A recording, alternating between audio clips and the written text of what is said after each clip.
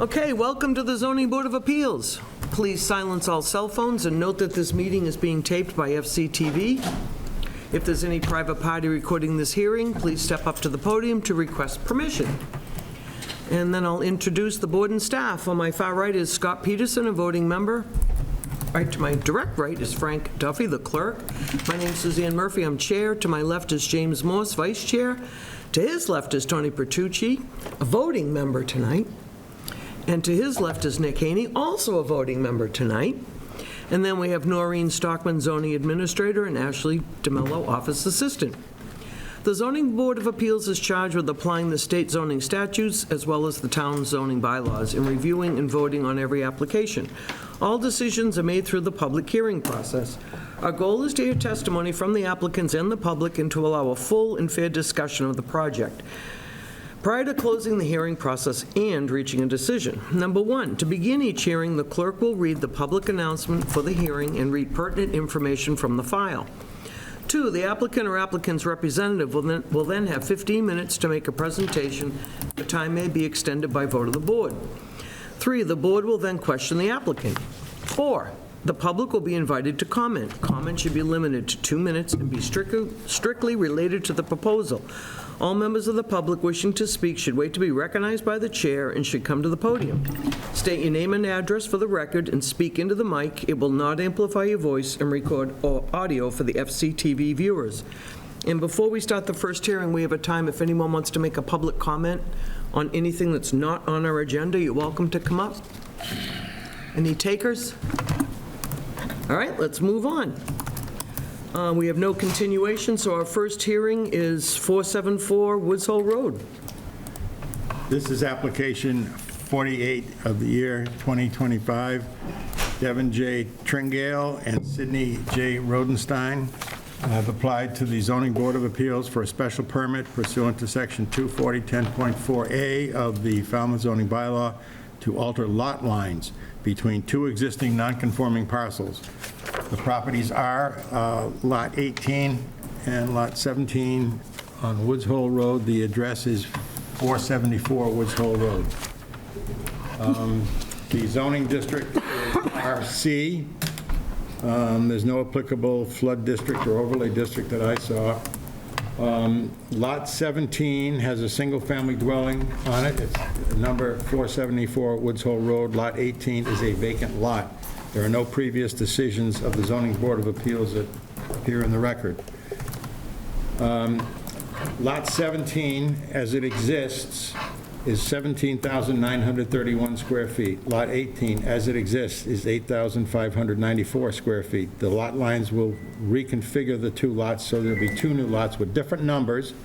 There'll be Lot 95, which will be 8,594 square feet, and Lot 96, which will be 17,931 square feet. So the two lots that come out of this rearrangement will have the same square footage as the lots that came in. The current zoning in an RC district requires a minimum lot size of 40,000 square feet and 100 feet of frontage. But these are lots that predate that. Woods Hole Road is a public right-of-way. One of the lots, the old Lot 17 and the new Lot 16, abut Hilton Avenue, which is a private road. The new lot frontage, Lot 96 will have 75 feet of frontage on Hilton, and Lot 95 will have 144.99 feet on Woods Hole Road, to conforms to zoning. The 75 feet of frontage on Hilton is non-conforming, but it's the same as it was before. We have some referrals. Engineering gave us no comment. The house that the septic system for the house at 474 Woods Hole Road must be removed and located on the same lot as the house. So that's some problem that they'll have to address, and perhaps they'll tell us how they're going to do that. The building department has advised us that if we grant the special permit to change the lot line, they still have to go to the planning board for approval of for an endorsement of an approval not required plan. And Good evening, Madam Chair, members of the board. For the record, my name is Kevin Clower, and I'm before you this evening representing, I don't really know how to pronounce their names either. I believe it's Devin Tringale and Sydney Rodenstein. They are the owners of 474 Woods Hole Road and 0 Woods Hole Road. They are seeking permission to alter the existing non-conforming lots. So these properties are located at the southern end of Woods Hole Road, just outside of the village, which, as you know, is a very dense neighborhood. 474 Woods Hole Road is on 17,931 square feet of land, stretching from Woods Hole Road on the west to Hilton Avenue on the east, which currently has a single-family home constructed just off the frontage of Woods Hole Road. Lot 18, or 0 Woods Hole Road, is 8,594 square feet, currently with frontage only on Woods Hole Road, and is currently vacant. Both lots are fairly typical for the area. 474 is on the larger side, but both are, I think, pretty typical of what you see in this area, especially in that Hilton Avenue neighborhood. Both lots are considered separate buildable lots under the relevant provisions of the zoning bylaw. So we're proposing to alter the 2 existing non-conforming lots, resulting in 2 new lots of the same size as at present. This is a fairly unusual request for this board, and as far as I'm aware, it's a matter of first impression under this particular section of the zoning bylaw. As with many matters, this is a situation where we have conflicting sections of the bylaw. So 240.11.1A2 is what we've typically relied on in these situations, and that states that it allows for changes to shape of abutting lots. Specifically, the shape of 2 or more contiguous lawful building lots may be changed, provided that the area of each lot remains the same or meets the current minimum requirements, and the total number of buildable lots is the same or less.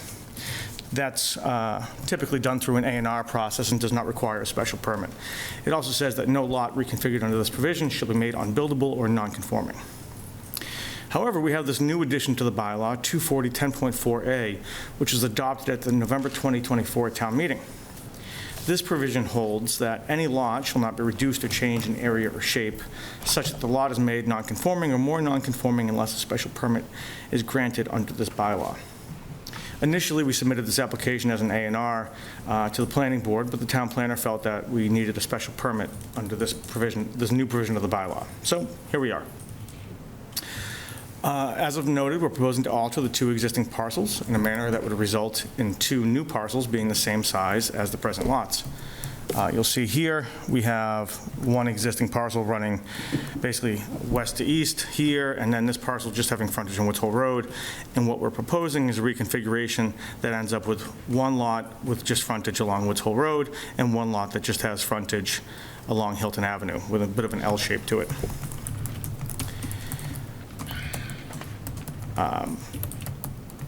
The new lot, Lot 95, which would be along Woods Hole Road, would have 8,594 square feet, the same as what is currently at 0 Woods Hole Road. And Lot 96, which would have frontage only along Hilton, would have 17,931 square feet. Allowing this under 240.10.4A would allow us to move forward with an A&R application that would comply with the provisions of 240.11.1A2, as changing the shape of 2 or more contiguous lawful building lots. The applicant's proposal does not affect the existing nonconformity of lot size. 474 presently has a dwelling that is nonconforming as to front yard setback, but that is unaffected, and it doesn't create any new dimensional nonconformities.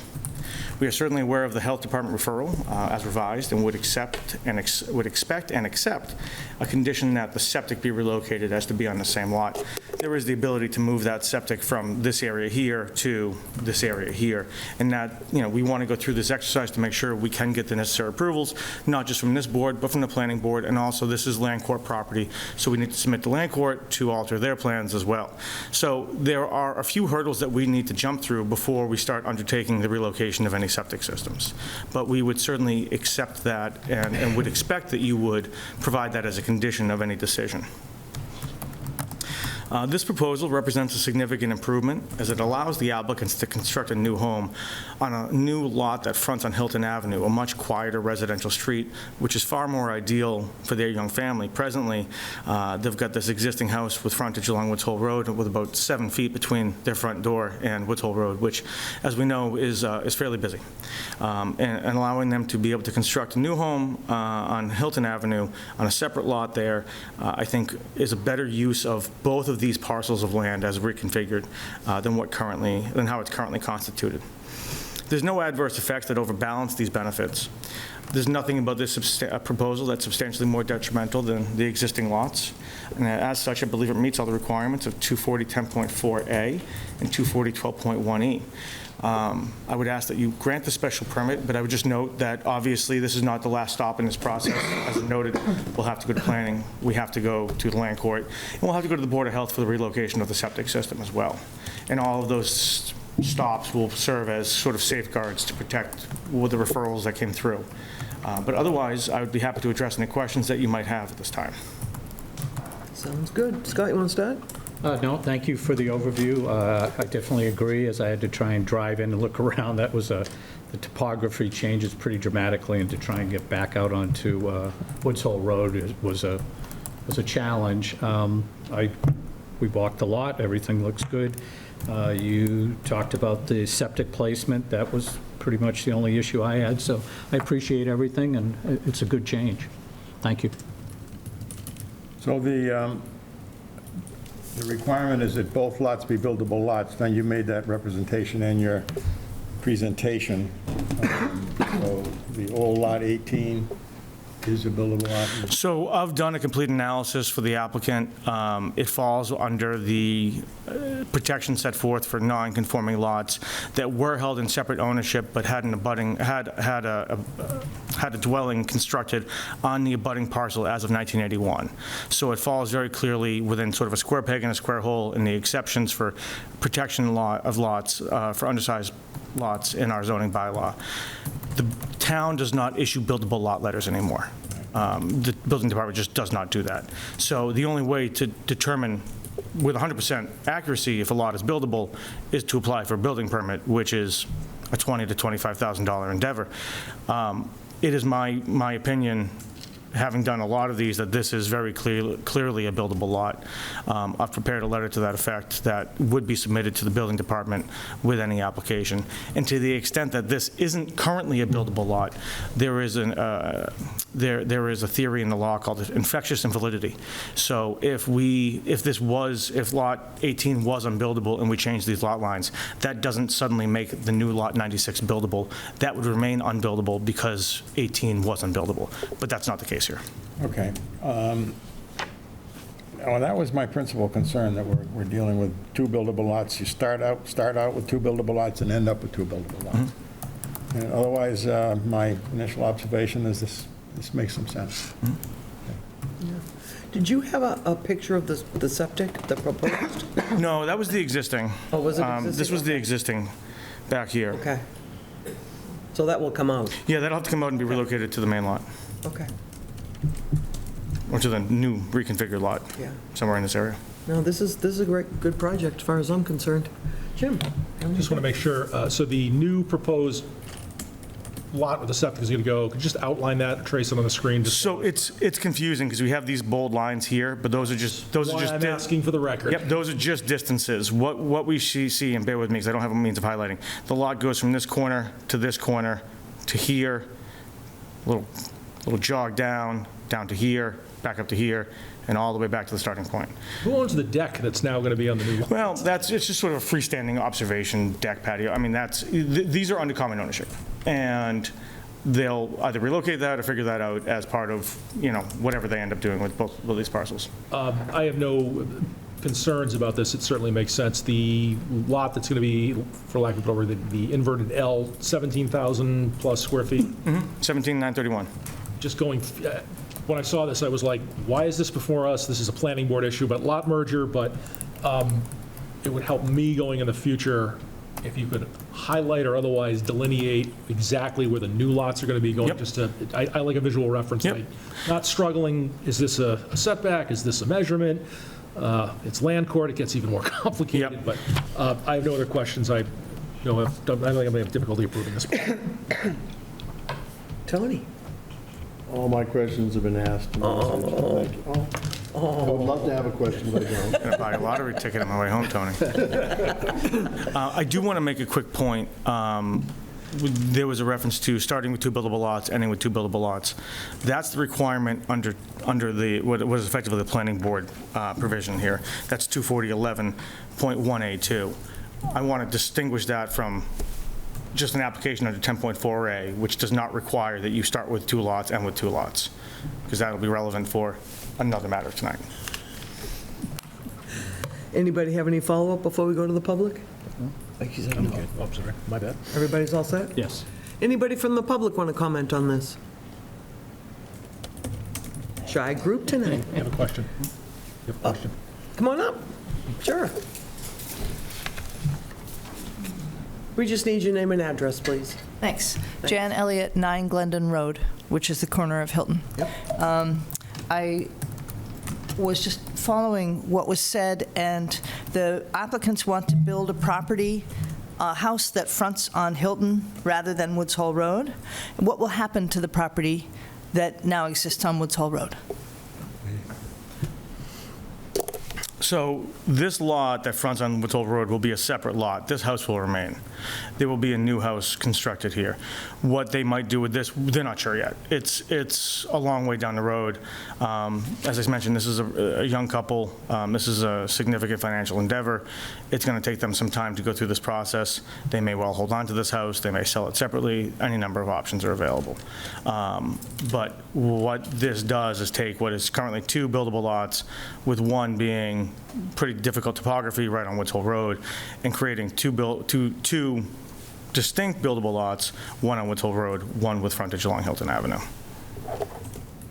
Does that answer your question, ma'am? So it's likely the house will remain. Come on up for me. Come on up. Sorry. It's likely that the house with Woods Hole Road frontage will remain, and they can do whatever they want. They can keep it, they can sell it, they can rent it. It's theirs. Yep. Yes, exactly. No firm plans have been made at this point. Sounds good. Anybody else from the public? You want to help me? Motion to close? Second. Motion to close in a second. Any further questions? Kevin, anything further? Attorney Clower, anything further? Sorry. All set? All those in favor of closing? Aye. Opposed? None. Madam Chair. That was you on this one. We were alternating. Sorry. Aye. Aye. Nick, you're next. Motion to approve with conditions? Second. Frank, you want to take it away?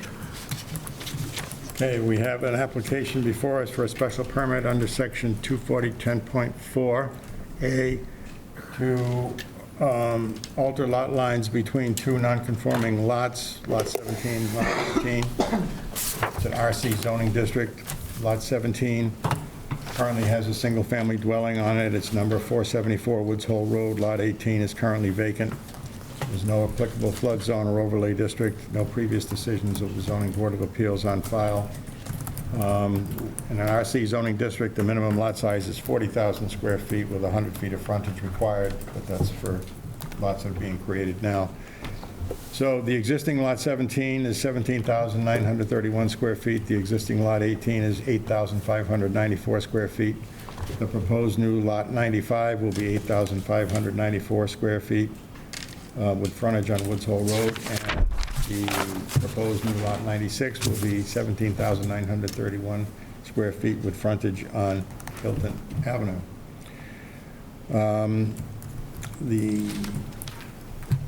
I read into the record the referrals. So, under section 240-10.4A, lot change, lots may be altered or changed in area so that the lot is not conforming or not, excuse me, so the lot is not conforming or is not more non-conforming unless a special permit has been granted. The shape under 1040, 10.4B1, the shape of two or more contiguous existing lawful building lots may be changed, provided the area of each lot remains the same, and that is the case here, it does, and the total number of buildable lots remains the same, and that is the case here. For special permit, we are required to make the following findings: that the site is adequate for the proposal, the site is suitable for the proposal, there's no negative impact on traffic views, traffic flow or safety, there's no negative impact on neighborhood visual characters, views, or vistas, there's adequate sewage disposal as evidenced by the Board of Health referral, with the caveat that the septic system must be moved to conform to the regulation that it be on the same lot that, for the house that it serves. There's adequate utilities, and there's no negative impact on affordable housing. Any other findings? One butter question, no opposition. I didn't see any on There file. was no opposition Yeah, that I none found on in the the file file. either. Conditions? Septic system. Septic must be Septic system. removed to the new lot, the newly created lot. Do we say per plans? Could we say that just prior to the issuance of a building permit? Yes. Yeah. And I don't think we have to mention planning board, do we? No, that's, they're going to have we to. do. Yeah, we don't have to make a finding that the planning board still has to weigh in, the land. For the findings, we should put that? No. No, we don't need, No? we don't We need a don't even finding. need to Planning board, address it? no, we just have to deal with the zoning issue. Okay. We don't have to worry, if the land court isn't happy with this, it's not our problem. We're just dealing with the zoning issue. Kevin's problem. It's my problem. That'd be significant. Good luck. Any other conditions we can think of? I can't, no. This is planning board territory, we're not used to this. This is a first for me. This is an unusual Yeah, application, totally. It's And- planning board stuff. and even getting ready for it, I was kind of like, what do they No need to idea decide? what they're going to put there, so we can't really Yeah. condition it. I think you so- just have to have structures comply with setback, because like you have that deck there now, and if it's on the lot line, it would technically not be conforming. So So maybe just that sentence, structures must comply? all structures Yeah. on the newly created lot. Yeah. Okay. Everybody all set with that? Yeah. We have a motion and a second. All those, and that's Nick, right? No, Tony on this one. Tony. It's Tony on this Oh, one. Tony did the, okay, Tony still. I thought we were alternating every time we vote, but Tony's on this one. All those in favor? Aye. Aye. Opposed? None. All right, great. All right, thank you. Moving on. Next, we have Romero, 6 and 8 Massachusetts Ave. Oh, we're going to get good at this.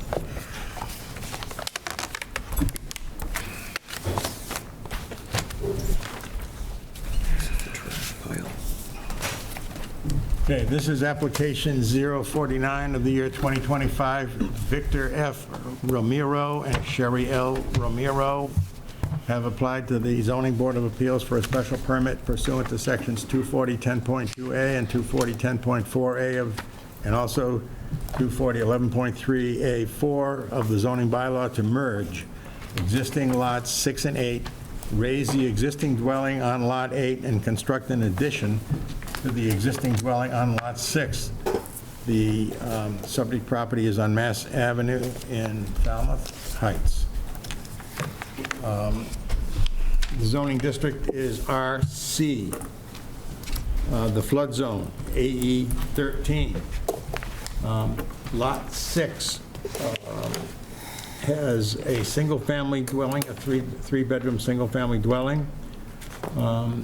It's 1,021 square feet. The proposal is to have a single-family, ultimately have a single-family, four-bedroom dwelling with garage, 1,870 square feet. Now, Lot 6 is 3,744 square feet. Lot 8 is 3,743 square feet. So the combined total of the two lots is 7,487 square feet in a zoning district which currently requires 40,000 square feet. The frontage, Lot 6 has 50.36 feet, Lot 8 has 50.36 feet of frontage. The combined frontage is 100.71 square feet in a zoning district that currently requires 100, so that will conform. Mass Avenue is a public right-of-way at this particular location. The lot coverage by structure will be 25%, which exceeds the limit of the zoning bylaw, which is 20%, so they need a special permit under section 24011.3A4 to allow the additional lot coverage by structure. The average in the neighborhood is reported to be 25.72%. Lot coverage by structure, parking, and paving will be 37.7% within the 40% limit of the zoning bylaw. There is a non-conforming structure. The frontage of the existing house is only 1.8 feet from the street. It will remain at that level. It's not being, at that distance, it's not being changed, so there's no increase in the nonconformity. This remains the same. The remaining dimensions conform to zoning. The height of the existing building is 26 feet, 6 1/4 inches. The height of the proposed structure will be 32 feet, 6 5/16 inches within the 35-foot limit of the zoning bylaw.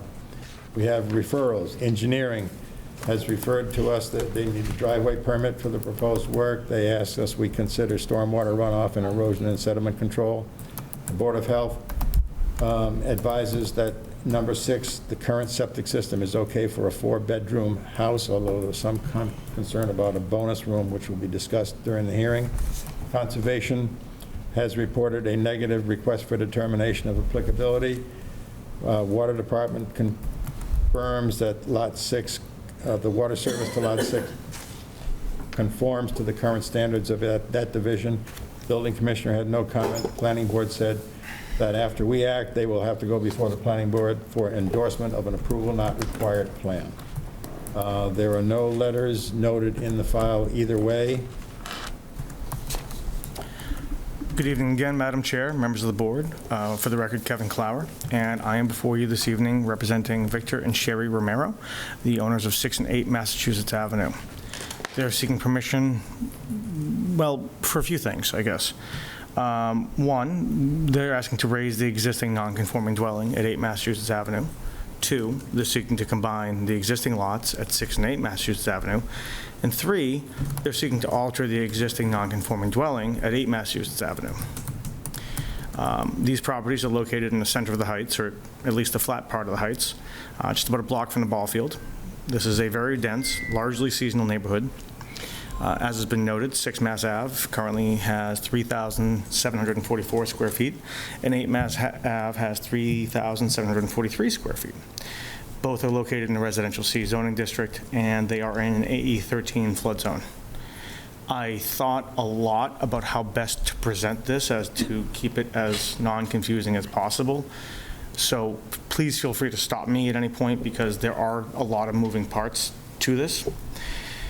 So presently, 6 Mass Ave is a 3-bedroom, single-family dwelling, which has a detached garage and shed with a total footprint of 1,438 square feet, which is lot coverage by structure of 38.4%.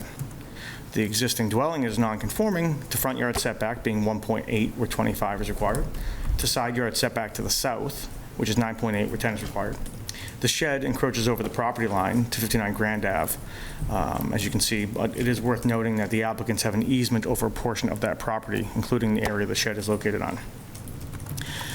Generally, the lot coverage by structure is 38.4, where 20 is allowed by right, and up to 25 by special permit. And the lot coverage by structures, paving, and parking is currently 47.1, where 40% is allowed. So 8 Mass Ave is a 3-bedroom, single-family dwelling as well, with a total footprint of just about 1,201 square feet, which is 32.1% lot coverage by structure. It's also non-conforming. Front yard setback is 4.3, where 25 is required. Side yard setback to the south is 5.8, where 10 is required.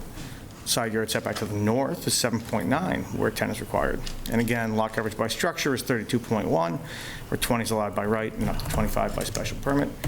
And lot coverage by structures, paving, and parking for 6 Mass Ave is 8 Mass Ave. See, this is where it's going to get confusing. For 8 Mass Ave is 41.8%, where 40 is allowed by right.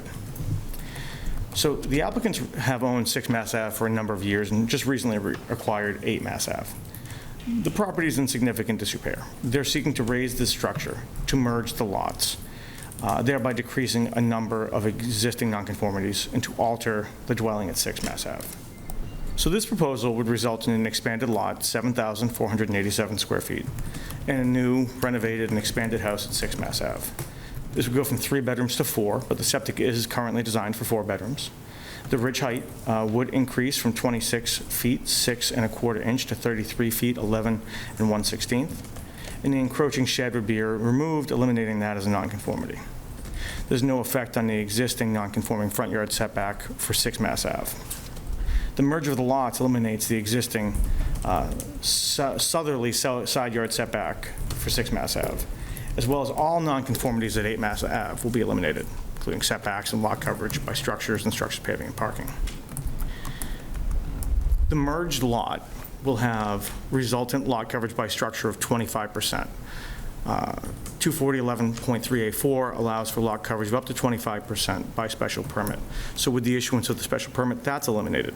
And it's well under the existing lot coverage by structures of 38.4 at 6 and 32.1 at 8. So we're bringing that down from a substantially non-conforming figure to a conforming figure by special permit.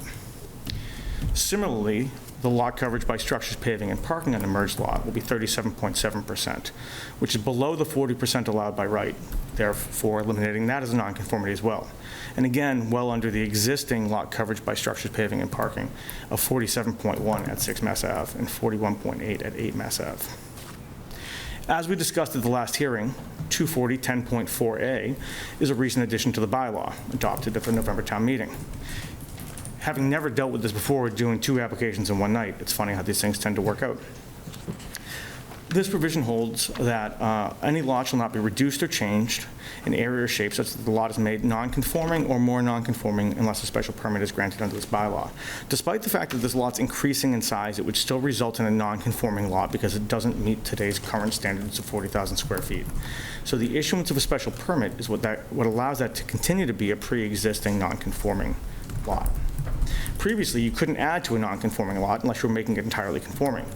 This provision allows the board to grant a special permit for changes to non-conforming lots where they can become larger but not entirely conforming because there's simply no opportunity to make this lot 40,000 square feet. So this proposal takes 2 very small non-conforming lots and makes one slightly larger, though still non-conforming lot, but reduces and eliminates a number of the existing non-conformities. 6 Mass Ave, the structure there, will now be seeking an alteration under 240.10.2A. Due to the existing nonconformities, this requires a special permit under 240.10.2A, under which pre-existing nonconforming structures may be changed by special permit, provided they're not substantially more detrimental than what exists. The board's asked to consider the standards of 240.12.1E and whether or not the alteration creates any new dimensional nonconformities, impairs views and vistas, and reasonably conforms to the neighborhood. In this case, there's no new nonconformity created. A number of existing nonconformities are improved. We've talked about this, but again, 8 Mass Ave, we're eliminating lot coverage by structures, paving, and parking, front yard and southerly side yard setbacks. 6 Mass Ave, we're eliminating the southerly side yard setback, eliminating the nonconforming lot coverage by structure, and eliminating the nonconforming lot coverage by structures, paving, and parking. There's no effect on views and vistas of public ways as this remains consistent with the neighborhood, as I'll elaborate. Under 240.11.3A4, this board can allow for lot coverage above 20%. You're asked to consider the size and height of the structure in relation to the neighborhood, the effects of shadow, impacts on views and vistas from public ways, and the effect of nitrogen on coastal embayments. In this case, there's no impact to views and vistas from public way. Though the building is larger, it is an area with many similarly sized structures, and though increasing to 4 bedrooms, the existing septic is designed for 4 bedrooms. As to size and fit with the neighborhood, we submitted a lot comparison worksheet looking at 34 nearby properties within a 300-foot radius. As proposed, this is slightly over the average footprint and gross floor area, but certainly not out of character in terms of either. I think there's 9 houses in that area that have larger gross floor area and about 9 houses that have larger footprint and about 7 or 8 houses that have larger gross floor area. It's very similar in size to a number of the homes permitted by the board and constructed within the last few years in this neighborhood. The Romero's proposal represents a substantial improvement over the existing conditions of both of these lots. Removes existing dilapidated nonconforming dwelling, improves setbacks and lot coverages, and eliminates a significant number of nonconformities. There's no adverse effects that overbalance these benefits. In short, there's nothing about this proposal that's substantially more detrimental than what currently exists. This meets all the requirements of 240-10.4A, 240-10.2A, 240-11.3A4, and 240-12.1E. For these reasons, I believe that you can and should grant the special permit, and I would be glad to address any questions that you may have. Good. Let's start on the left this time. It sounds good. That sounds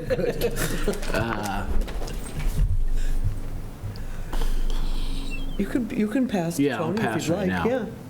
Tony, we got to give you a question today. I have a question. I think there's no question that this is a tremendous improvement in the neighborhood. It certainly fits in, as you mentioned earlier, the character of this new property fits in well. I just wanted to confirm something about the ridge height. I didn't hear what Mr. Duffy said. I have it as 33 feet, 11 and 7/16 inches. 33 feet, 11 and 7/16 inches, sorry. Okay, so that's there. What was that figure again? Let me make sure I got it right. 33 feet, 11 and 7/16 inches. 33 feet, 11. 11 and 7/16. This is why I went to law school. Yes. Just one of the reasons. Right? Same one for me. And the shed to the left of the existing garage will be taken down? Yep, you can see that right here on the proposed plan, that's being removed. Yeah. No change to the proposed existing garage. There is a concern has been made that the third floor bonus room could be used as a fifth bedroom when the septic system only provides for 4. So we did submit revised plans that show that this has a traditional handrail open to below. So what the Board of Health has usually asked of us is to show that it's not walls coming up to a door. So it's not a separate room providing privacy. This is going to come up the stairway, there'll be handrails serving effectively as half walls on either side, and it'll be completely open to the room below. So there's no privacy, so therefore it doesn't meet the definition of a bedroom. I saw that, and I'm going to just throw this out because I'm going to bring it up again to you. Because it's on the third floor, because it's a full set of stairs, door, no door, and I understand what the building department does. It's a full bath, has a shower, well, 3/4 bath has a shower. Is there any reason why you wouldn't eliminate that shower so it's just a half bath? I mean, grandchildren, guests, we like, they like to have the extra space and capacity. Would really rather not remove the bathroom, because the bathroom isn't what makes it. I was going to move the bathroom. Well, to the shower. even the shower, would prefer not to remove the shower, because the shower is not what makes it a bedroom or not. The Board of Health has almost uniformly allowed us to do exactly what I've outlined, and then that's why we revised the plans accordingly. I'm hesitant to agree to remove the shower. I haven't discussed it with my client, but the Board of Health's concern was not the shower. It was whether or not it met the definition of a bedroom, and with these changes, it does not. Thank you very much. That is, it's outside of the Coastal Pond Overlay District. It will end up complying with Board of Health regulations that are likely to be voted in sometime in October. I noticed that you have, I think, is there a space, you put space? No, there's not. Well, they're utilizing the existing septic. All right, so that's not an issue anymore? And if the Board of Health regulations change in such a manner that there's now a substantial improvement requirement, they'll have to comply with it.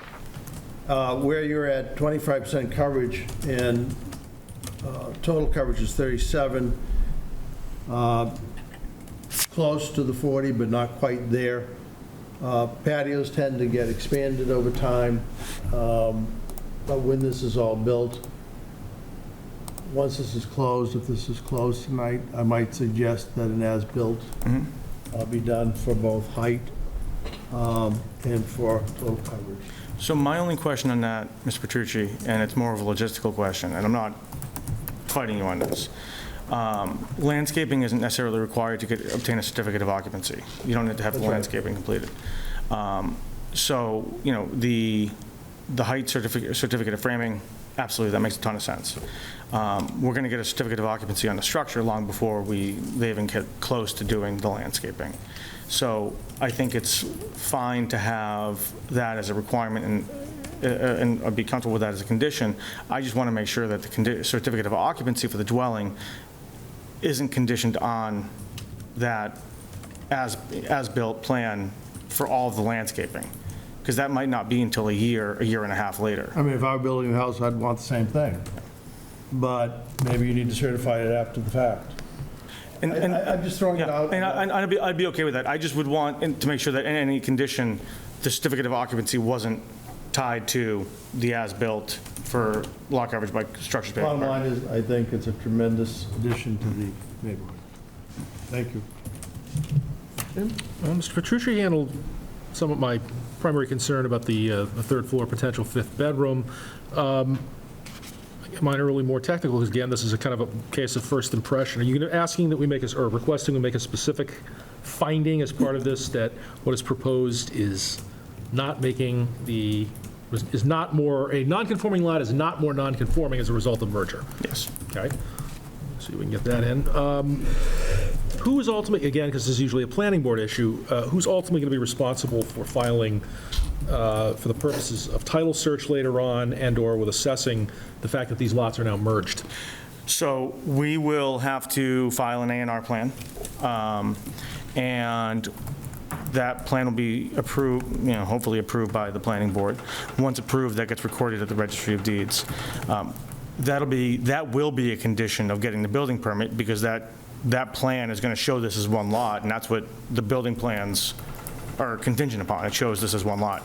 So we're not going to be able to move forward with our building permit process until we've been through the planning board and recorded that plan at the Registry of Deeds. Thank you. I just want to make sure, as we're dealing with lot mergers, we're not going to cause someone doing a title search 20 years from now to have a problem or have an inaccurate So when you index, when a property is recorded, it's indexed under grantor grantees. Also, land plans are the same way. So when a title examination is done, and I know you know this, Mr. Morris, but I'm saying this kind of for the edification of everyone. When a title search is done, you run both the grantee and grantor index for whoever the seller might be and the predecessors in interest. So what you'll see is, you see the deed for 6 Mass Ave into Mr. and Mrs. Romero. Then you'll see the deed for 8 Mass Ave into Mr. and Mrs. Romero. And then on the plan book, you'll see a new plan of record submitted by Victor and Sherry Romero relative to these properties. Things get messing every now and then. I was in a partition action in Bristol County this afternoon. I just want to make sure that as a board, we're not leaving anything on the table unnecessarily. And this special permit will actually speak to that as well, because this special permit, assuming it is granted, will be recorded under these names as well. So that will show, the special permit will show that there was to be a merger of the 2 lots. 1 second. I think I had one other.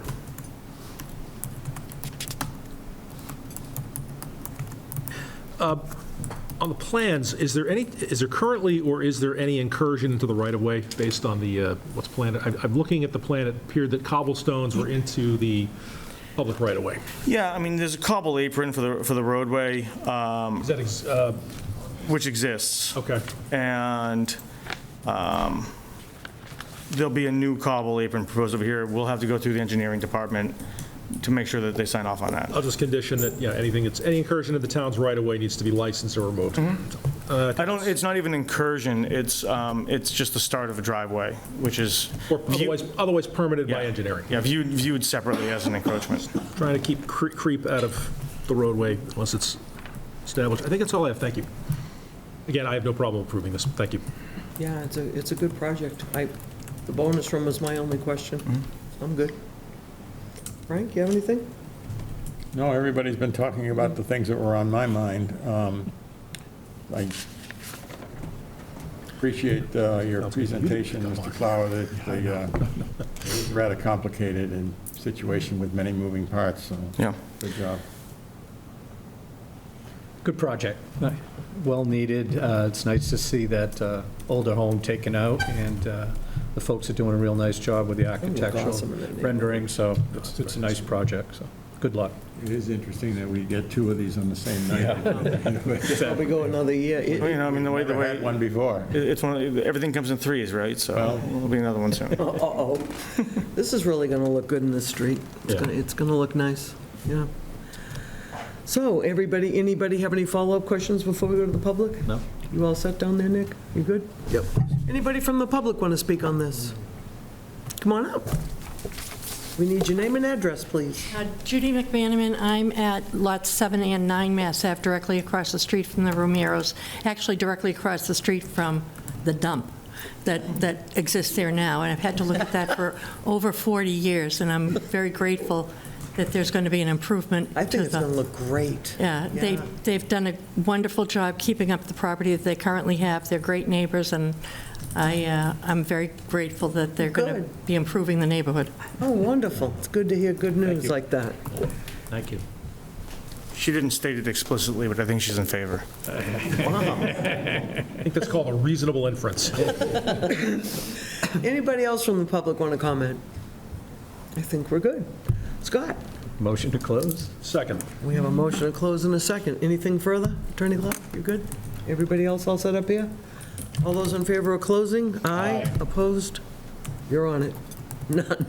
Okay, we're good. Motion to approve with conditions? Second. We have a motion to approve and conditions. Frank? Okay, we have property at 6 and 8 Mass Avenue, Falmouth Heights. The application is for a special permit, as previously read. There's no applicable overlay district. Flood zone is AE 16. Lot 6 and Lot 8 are to be merged. Lot 6 has 3,744 square feet, is non-conforming. Lot 8 has 3,743 square feet, is non-conforming. The requirement is currently 40,000.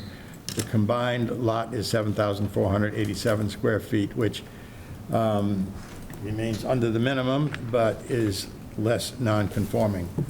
Lot 6 has 50.36 feet of frontage on Mass Ave. Lot 8 has 50.36 feet of frontage on Mass Ave. The current requirement is 100.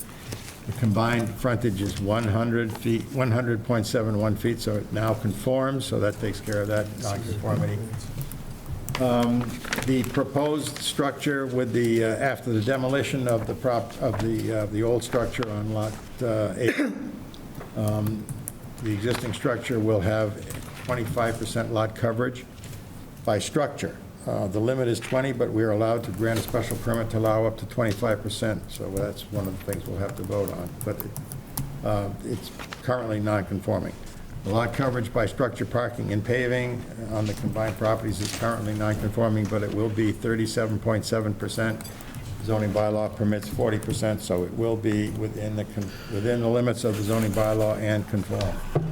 The existing setback is the frontage of the property on Lot 6, 1.8 feet setback from the sideline of Mass Ave. That remains the same, so there's no change, no increase in nonconformity. Building height will increase from 26 feet 6 1/4 inches to 33 feet 11 7/16 inches. The limit is 35% and is within the limits of the zoning bylaw. I read the comments from the various departments. They're on the record. There is no letters noted in the file, either in support or in opposition to this project, and we did have the testimony of one neighbor from 7 Mass Ave who is generally approved of the project. There's a representation made by Mr. Clower at the hearing that the shed on Lot 6 will be removed. So, under Section 240-10.2A, alterations to a non-conforming single-family dwelling, so long as it does not increase the non-conforming nature of the structure and will not be substantially more detrimental to the neighborhood, and we can make that finding. As for the lot change under Section 240-10.4A, no new lot shall be made non-conforming or more non-conforming unless a special permit is granted, and the final lot here, the merged lot, will be less non-conforming, so they've satisfied that requirement. Under Section 240-11.3A4, increase in lot coverage by structure over 20% to a max of 25% by special permit. We are to consider the size and height of the proposed structure relative to the size and height of the neighborhood structures. The average, so we make the finding that is satisfied. There's no evidence presented on shadows on adjacent properties, no evidence presented of impact on views and vistas from public ways, and no evidence presented of the effect of nitrogen on coastal embayments, as the septic system will remain in place and in use and will not be changed, and the Board of Health has told us that they're satisfied with it. As far as the special permit under Section 240-12.1E, we determined that the proposed use will not have an adverse effect or that overbalance beneficial effects on the neighborhood. The site is adequate for the proposed use. It is suitable for the proposed use. There's no impact on traffic flow and safety. There's no negative impact on neighborhood visual characteristics, views and vistas. There's adequate sewage disposal, as evidenced by the Board of Health referral. There's adequate utilities in the neighborhood and no impact on the supply of affordable housing. Good job. And conditions. Can I add a couple, Madam Chairman? Yeah, add some. I just want to be clear, we had testimony from Attorney Clower regarding revised plans submitted to address the Board of Health referral. Was that included In the file? in the findings? That was the testimony tonight that there was... No, it was not. It was not in the, I do know what you're talking about, though. The Board of Health did come in with a comment on the, and he submitted the revised plan to address the bonus So room. just as a finding, through the testimony, revised plans have been submitting addressing the issue of the bonus room counting as a bedroom. I'm happy to accept the representation. I don't, Madam Chair, may I ask, I don't understand what was just, The Board of Health had a referral that the bonus room on the third floor could be construed as a bedroom. Yes. You asked the question about the shower. Testimony, my recollection is from the Attorney Clower, was that the plans were modified so that there was, the privacy, so to speak, was eliminated, and that it would not be considered as a bedroom. which are the plans that were shown tonight? Correct. Yeah, because Thank no you. walls. That's Yeah. what I want, that's what I didn't. And not even modified, just clarified. I'll just also add that what's proposed will bring the lots and property more in line with the zoning bylaw due to the elimination or reduction in nonconformities, Right. and by virtue of the special permit. Thank you, Madam Chairman. Now, so we have all findings. Now, regular conditions, right? Needs a driveway permit? Or should we just say all engineering? All engineering. All engineering, all boards.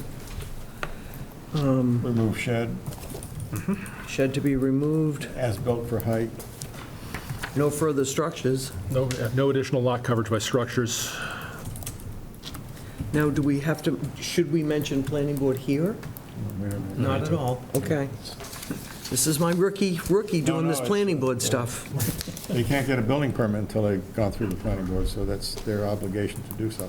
Should we put the height in condition so that the height doesn't increase? Because I don't know was the height in findings? Yes. Yes. Okay, so we don't have to have it again. Per plan addresses that. Per plans, yeah. We're going to do the as-built for lot coverage also? Yeah, should we do that? But not Mr. to Clower impede explained that he the doesn't want to have the occupancy permit held up because landscaping can be done after the fact, it's not part of the occupancy permit. But my suggestion to Mr. Clower at that time was that it be certified after Yeah. the patios are put in, because they can explain, it's quite an extensive patio setup, and I just think it should be certified after the fact. No objection to that at all. For that. Construction hours, Standard hours, yep. standard, she'll have all those. If I may, Madam 7. Chairman, I would suggest that, given the location and the small lot size, that the applicant Consult police. consult with police and come up with a traffic plan for construction vehicles. All vehicles have to remain on the lot. That's right, I'd suggest the traffic plan. I don't think that's... Once we clear out that other house, we're not going to have a problem. Right. Encroachments, if any, must be licensed, removed, or approved by engineering relating to the driveway. Dark sky. Dark think sky it's asking friendly. I don't think that's, I don't think any- Not needed, okay. That's all I have. That's all I have too. Noreen, can you think of anything else? Everybody good? Everybody's all set? Okay, we have a motion and a second. All those in favor? Aye. Opposed? None. Thank you very much. It was fun to come to you with something new tonight. Planning board stuff. Have a great night, everyone. Thanks. All right, next at bat, we have, I need glasses to figure out who's at bat. We have 154 County Road, North Falmouth. Okay, this is application 50 of the year 2025. Barry J. Gordon and Karen Cohn, trustees, have applied to the Falmouth Zoning Board of Appeals for a special permit pursuant to Section 240-10.2A and 240-11.3A4 of the Falmouth zoning bylaw to raise the existing single-family dwelling and detached garage and rebuild a new dwelling with attached garage. The subject property is at 154 County Road in North Falmouth. Zoning district is RB. There's existing a single-family dwelling, 3 bedrooms. It's 1,864 square feet. The proposal is for a single-family dwelling, 3 bedrooms, 1,488 square feet. There's no applicable overlay districts or flood zones noted in the file, and no previous decisions of the Board of Appeals appeared in the file. The lot is currently 6,475 square feet in the zoning district, where the current minimum is 40,000 square feet, but this is an existing buildable lot. Street frontage is 90.4 feet in the zoning district, where the current minimum is 100 feet. County Road is a public right-of-way at this location. The existing lot coverage by structure is 28.7% and will be decreased to 22.9%. Now, the limit of the zoning bylaw is 20%, so they do need the special permit under Section 240-11.3A to go between 20 and 25%, and we have an application for a special permit before us for that purpose. It's been reported that the zoning average, that the average lot coverage by structure in the neighborhood is 23.8%. Lot coverage by structure, parking, and paving is currently 41%, which is non-conforming. It will be decreased to 29.3%, which will be conforming with the 40% limit of the zoning bylaw. We have 2 noted nonconformities on the existing dwelling. The easterly setback is 3.8%, 3.8 feet nonconforming. The northerly, which is the street, is 13.7 feet, which is nonconforming. Both of these nonconforming setbacks are slated to be brought into compliance with the zoning bylaw per the plans filed. The height of the existing building is 19.4 feet. The height of the proposed building is 25 feet 7 1/8 inches. The limit is 35% under the zoning bylaw. Engineering has given us the following referral, that their property needs a driveway permit, and they've asked us to consider stormwater runoff and erosion and sediment control in our decision. The Board of Health has advised that a variance will be needed for a new septic system, and it may need an IA system, depending upon their proposal to amend the regulations, as this property is in a nitrogen-sensitive area. Conservation Commission has issued no comment. The Water Department suggests or requests that the water service be upgraded to 1-inch PE and the meter be moved into the new house. Planning Board has no comment. We have 1 letter in support on file, none noted in opposition. Welcome. Welcome. Take it Good evening, away. Madam Chair, members of the board. My name is Zachary Basinski. I'm a professional engineer with Bracken Engineering.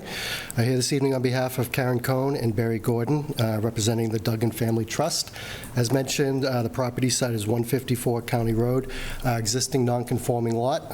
Lot was created in 1892, and the existing dwelling was, per assessor's record, was constructed in 1925. currently non-conforming on both front yard and side yard setbacks, and also over on lot coverage and structure coverage as the proposal. Ms. Cohn had reached out to a builder, had modular home plans put together, reached out to us to put the site plan together. So that's what's in front of you tonight. So she's looking to raise the existing structure and garage in the back, and then construct a new proposed single-family dwelling. Would be maintained as a 3-bedroom dwelling, with the attached garage being moved and attached to the side of the structure.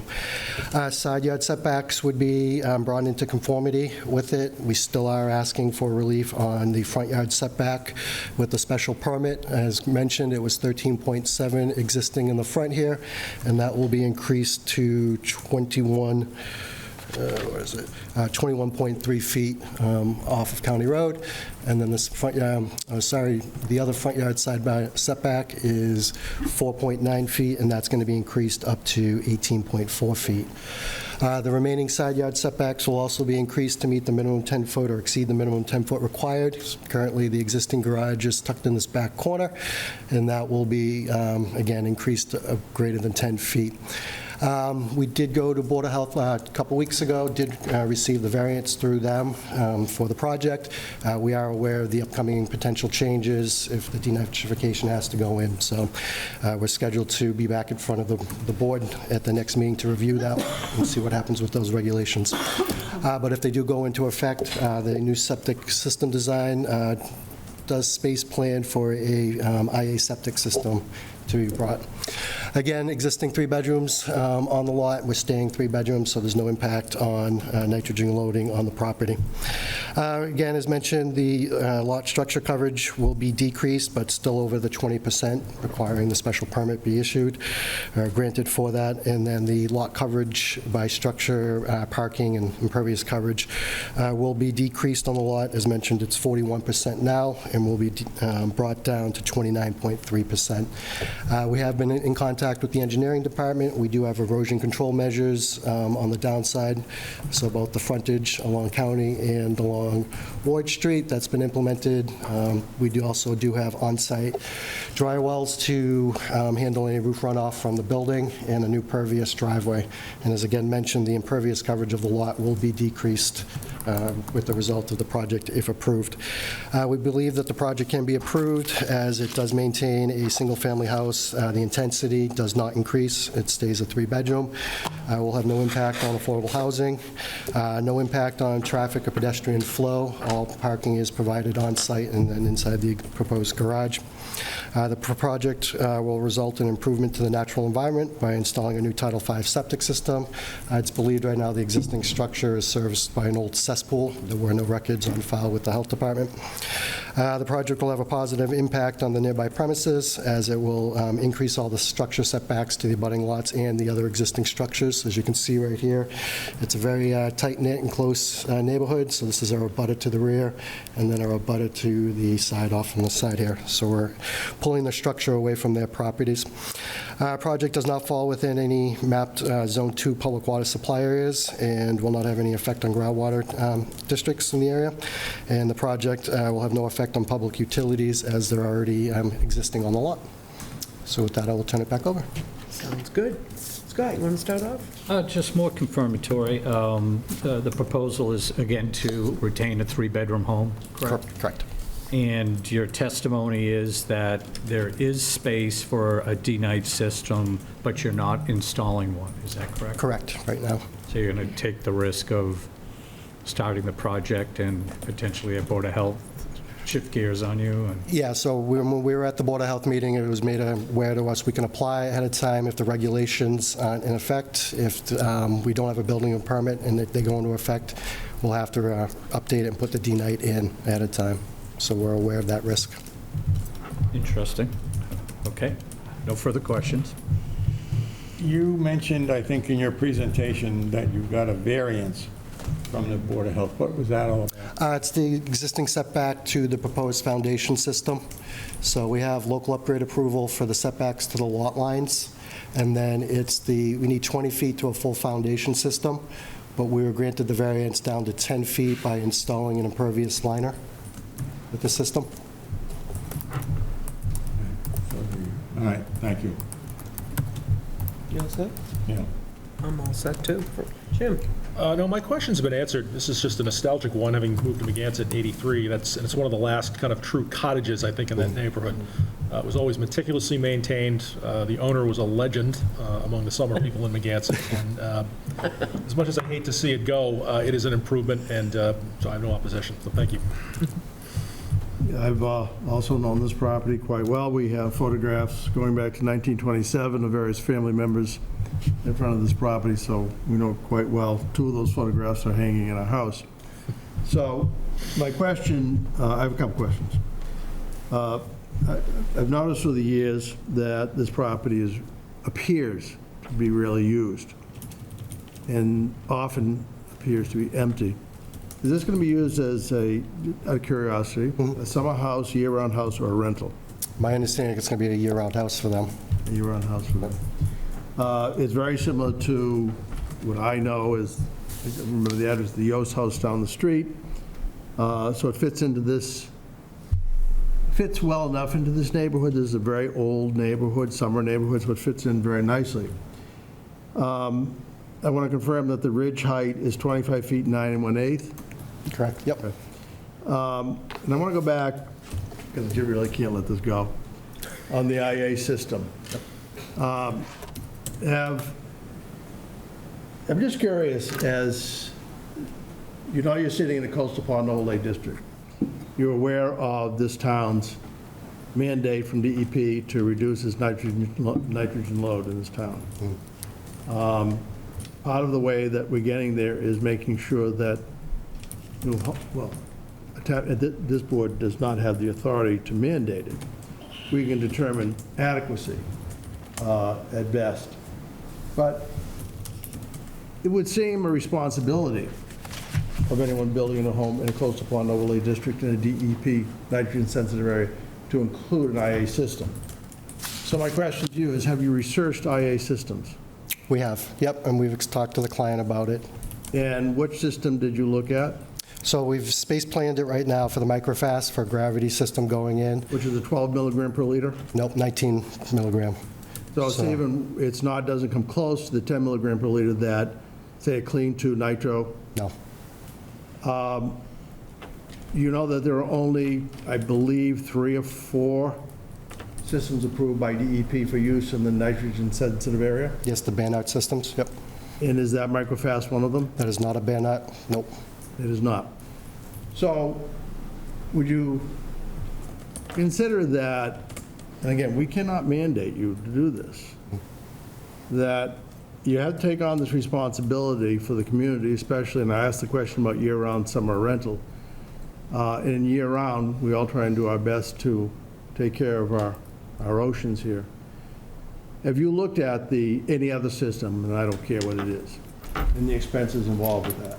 Not personally on this project. We have been involved with other projects with the Banart systems and understand the increase. What was The that? Banart systems, so I'm not those. familiar with that one, no. So it's the best available nitrogen reduction technology. So those are the systems that are approved to be put inside a DEP NSA area with the watershed.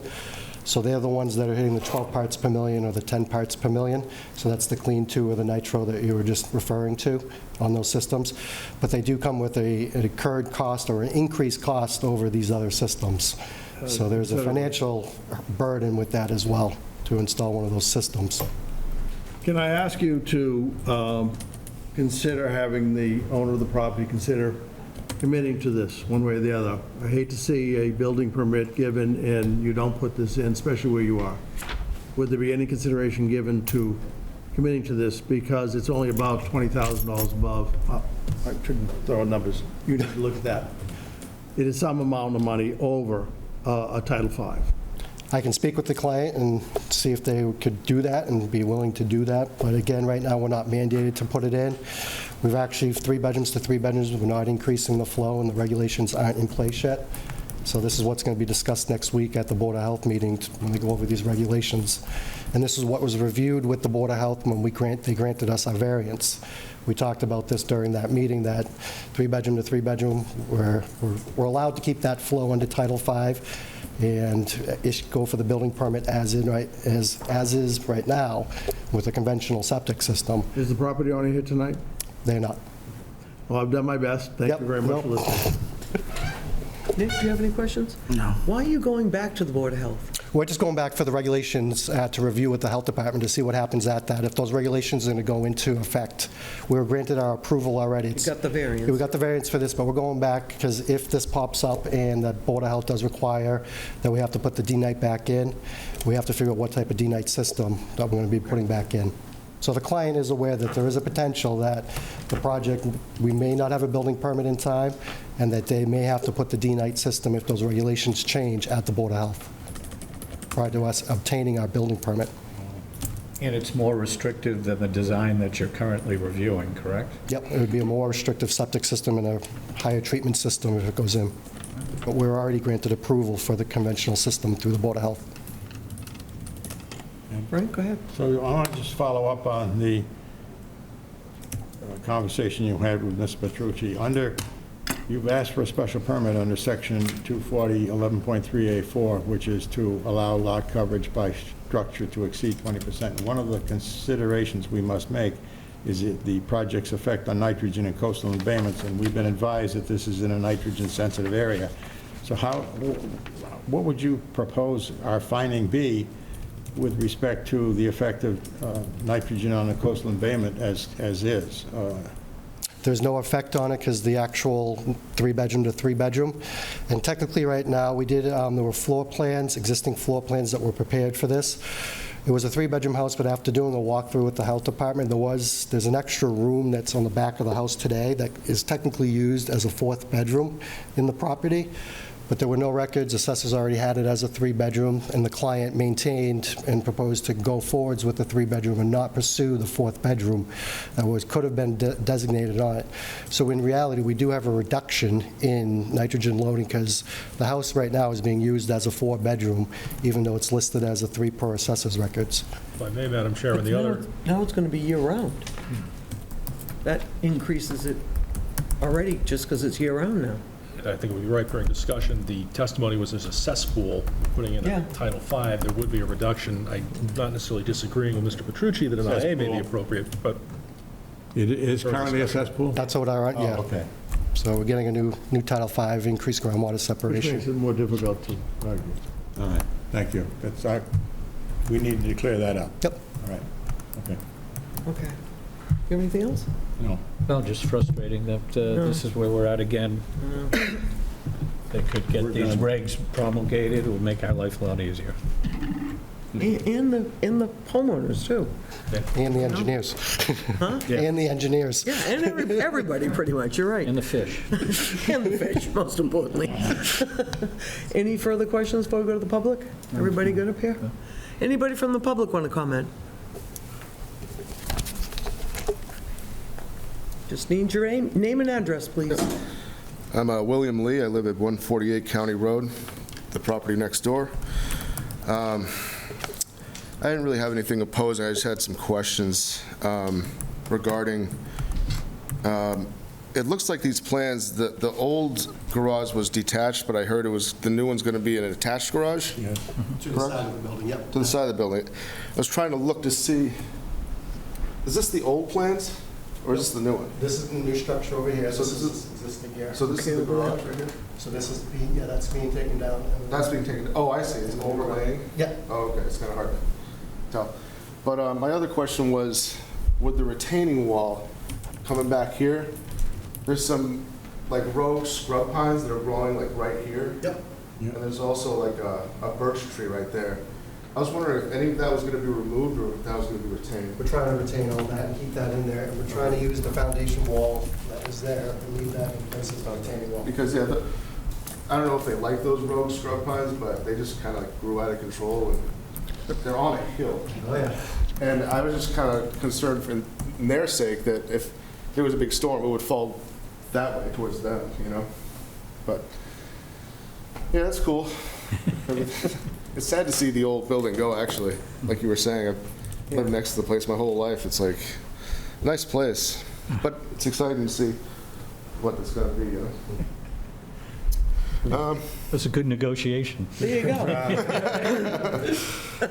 That's it. Currently a 3-car garage there, right? But you can only use 2 of the bays? Correct. Yeah, it's a big. Because this retaining wall looks to me like it blocks the access to one of the bays. To the bay, yeah. I don't think it blocks the access. I mean, the retaining wall that's there is so like, it's like, kind of, If we have the picture of it, I don't think I have it in there. it would be over here. Right. But it's pretty much deteriorated into the earth. So. Hmm.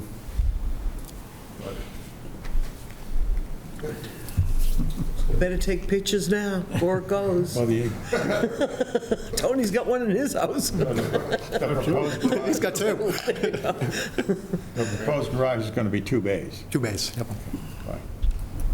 When I went up there, it looks like to me like a lake house in New Hampshire. That's what it looks like to me. You have the quaintness, right? Yeah, yeah, it's cute. And just like I would always say, like, to my dad, it's like, if you cut that birch tree down, I'll kill you. Love that birch tree. Should we condition that birch tree all right, We huh? were told to try to keep it. All right, any further, everybody's all set, everybody in the public's good? Everybody up here is okay? I'll call on Scott then. Motion to close. Second. We have a motion to close in a second. You're all set? Yes. All those in favor of closing? Aye. Aye. Opposed, none. Go again. It's just a tough pill on the system, but motion to approve with conditions. Second. Okay, the property is in an RB zoning district. It's located at 154 County Road in North Falmouth. The existing house is 1,864 square feet, 3 bedrooms reported. The proposal is for 1,488 square feet, single-family dwelling with 3 bedrooms planned.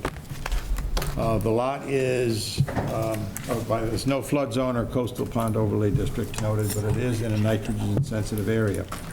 The lot is 6,475 square feet in a zoning district that currently requires 40,000 square feet. Street frontage is 90.4 feet in a zoning district that currently requires 100 feet.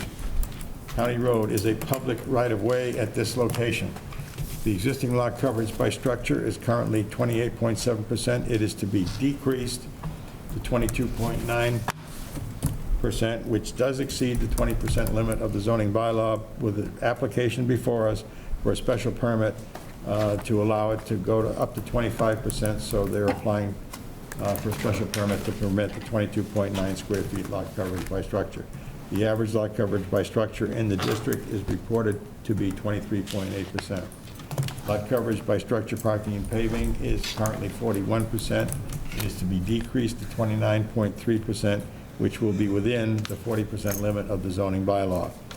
There are 2 noted dimensional setbacks, or not violations, but nonconformities. The easterly is 3.8 feet, which will be increased to 13.9 feet, so that takes care of that nonconformity. The north setback is 13.7%. That is the street setback. It will be, the nonconformity will be decreased to, the setback will be increased to 21.3 feet, which is still nonconforming, but within the permit that we can grant. The height of the present structure is 19.4 feet. It will be 25 feet 7 1/8 inches. Is that 25 or 29? Excuse me, 25 7 1/8. 7 1/8. That's 7 7 1/8? Yeah. I thought I heard 9, okay. But it's within the 35 feet of the zoning bylaw. I have read the referrals of the various departments into the record, and we've had a discussion about the septic system. There is 1 letter in support on file, and there was 1 testimony from 1 witness who is a neighbor generally in favor of the project.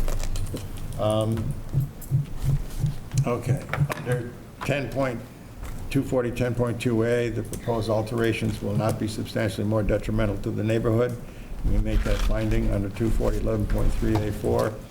In an RB zoning district, a special permit is needed to exceed 20% lot coverage by structure to a maximum of 25%. we must make the finding that the size and height of the proposed structure is in keeping with the relative height of neighborhood averages, so fine. No testimony about shadow impact on adjacent properties. No testimony about views and vistas from public ways being impacted. This is in a coastal, in a nitrogen-sensitive area. One of the considerations we must make under Section 240.11.3A4 is the impact of nitrogen on coastal embayments. We have been advised that currently a cesspool on the property, which will be, the new property will have a Title V, so that will be an increase, and there's no new bedrooms. It starts out as a 3-bedroom, and it will end up as a 3-bedroom property, so the flow arguably is equal. As far as for a special permit under Section 240.12.1E, we make the finding that the site is adequate for the proposed use, the site is suitable for the proposed use, no negative impact on traffic flow and safety, there's no negative impact on neighborhood visual characteristics, views or vistas, adequate utilities, the sewage disposal is being handled by Board of Appeals that have granted a variance. Board of Health. Excuse me, the Board of Health has granted the variance, and there's no negative impact on the supply of affordable housing. Do we leave the Title V in there? So I was just going to add that, just to supplement what Mr. Duffy said, that we're making a finding that as to nitrogen, that it is going to be an improvement with the addition of a Title V. The applicant's representative has testified they are accepting the risk that the Board of Health regulations may change and a denitrification system may be required. May I, point of interest here? Just to discuss that for a minute, if you're putting it in the finding. This is a cesspool and not a septic system. And by nature, it doesn't truly discharge in the same way a Title V does. And it needs to be constantly pumped out.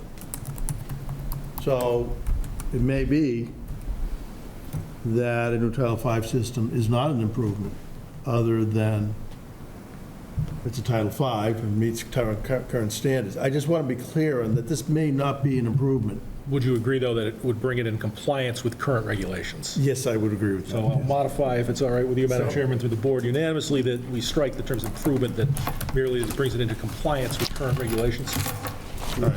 I agree with them, because now it's going to be year-round. Right. That, increases. I like that finding, though. You all set with that? You're good? Yes, I am. Conditions? So we'll do conditions. Conditions, per plans, right? Yeah. All boards. Construction hours? Do you want me to read those off, or you? We know them. Okay. Yep. I probably don't have to call the police here to do vehicles. I was going to suggest they work with them anyway. That's on the inside apex of a curb and a It hill. is on a corner lot. We're going to want that. You're going to want that, great. Okay, so you'll contact if need be. Anything? It's typically the 7 till, 7 to 7 Monday, let's see, 7 to 7 Monday through Friday, 8 to 4 on Saturdays, no construction on Sundays or town-observed holidays unless there's an emergency. I'm just trying to build my work schedule while sleeping. Construction. Good luck. Yeah, I got one going on next to me, it's not easy. Any other conditions anyone can think of?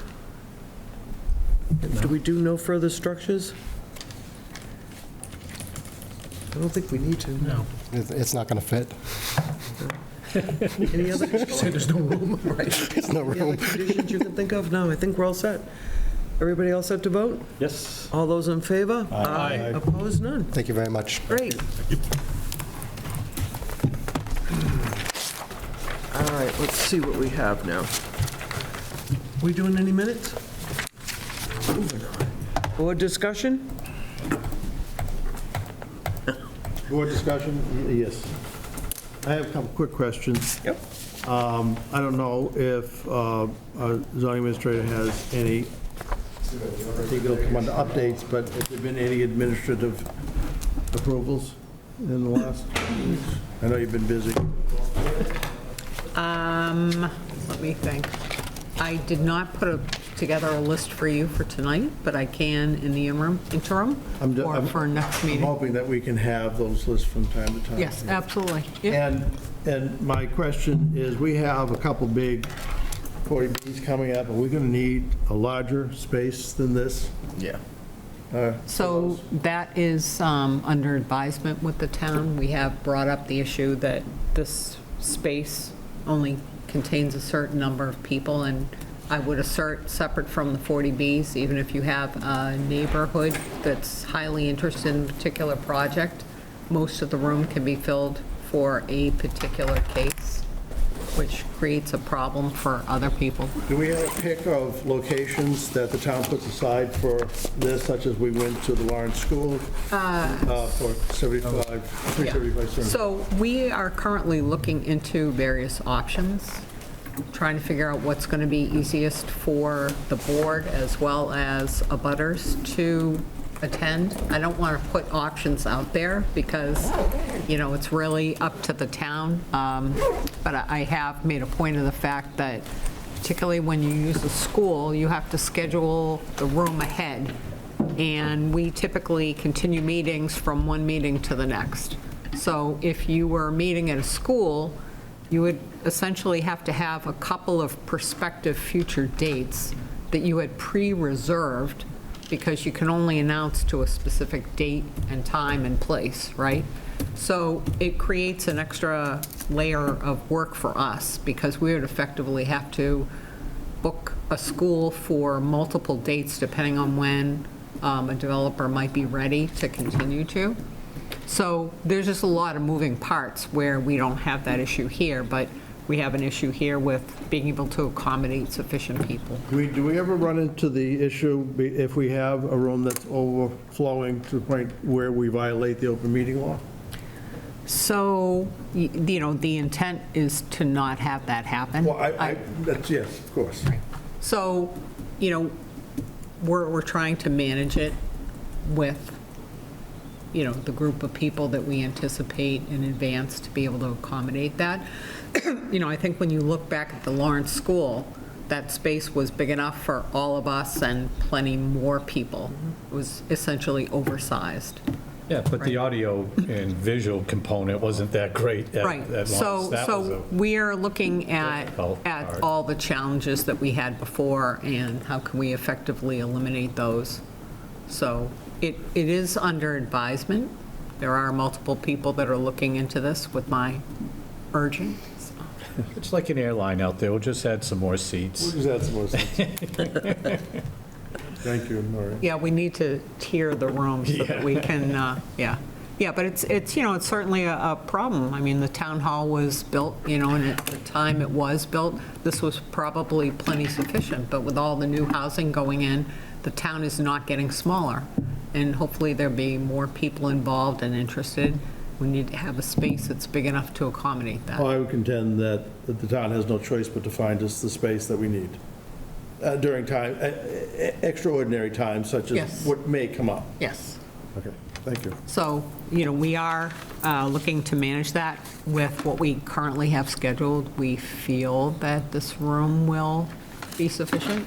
But, if it's not, we will have to make other plans. Okay. But, I wanted to ask the question, we've gone through so many. yeah.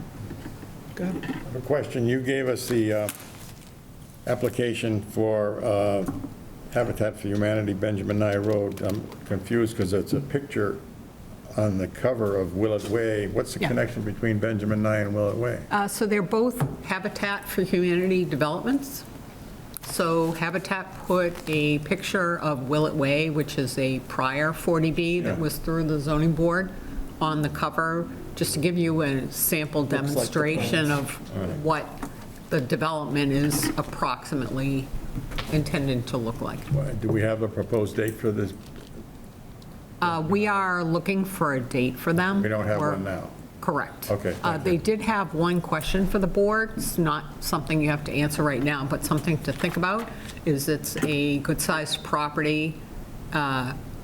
There's currently a house on the property, but other than that, it's largely undeveloped, and they're looking for some direction as far as what the board wants for staking. I'm You going to know, defer that till Mr. Finneran comes back. I think, She suggested to me the roadway, and I thought that was a good idea. I think, getting into the nitty-gritty, particularly prior to somebody doing clearing, it's really very difficult. We've had other lots that And I have been hate tips. heavily wooded, and if somebody puts a stake in the middle of the woods, it's not going to do you any good, because you're either not going to be there or you can't see it in Woods up context. there, too. Well, It's pretty thick. may I, Madam Chairman? Yeah, go ahead. So let me just make a suggestion, and it's up to the board to do what we're going to do. But at 375 Sandwich Road, it was heavily wooded. They managed to stake out buildings. It was extremely difficult to see much of this. But to have at least a center line of, I haven't looked at the plan, so I don't know, have some kind of center line. I don't even know how many buildings are involved, but I'm going to suggest that this board has to consider that we do something similar where we have a joint walk, as we did with 375 Sandwich Road, with some reference points, with the developer able to answer questions, point to certain areas where something might be. It's just my No, suggestion. I agree, that's a good And idea. then we can agree where it's going to be staked Yeah. at the time. In the future, too. In the Yeah. future. Of our Of our walk. Of an appointed site. Yeah. Yes, that's a good idea, yeah. Because clearly if it's substantially wooded, for them to mark individual lots is not going to be of value, because you're just not going to be able to see it and assess how that will lay out, so. Well, just to help the developer understand where we may go with this thing. Yeah. Who knows what the board will decide. Sounds good. That was, do we do board updates yet? Did I skip that? Board updates, anybody? Future agenda items? Buckle up. Again. And that's about it. Next meeting, You got to help me again. Middle of September 18th. Well, yeah, our next meeting, I was going to have you close first. Our next meeting is September 18th at 6 PM. Motion to close. Second. We have a motion to close in a second. All those in favor? Aye. Opposed? None.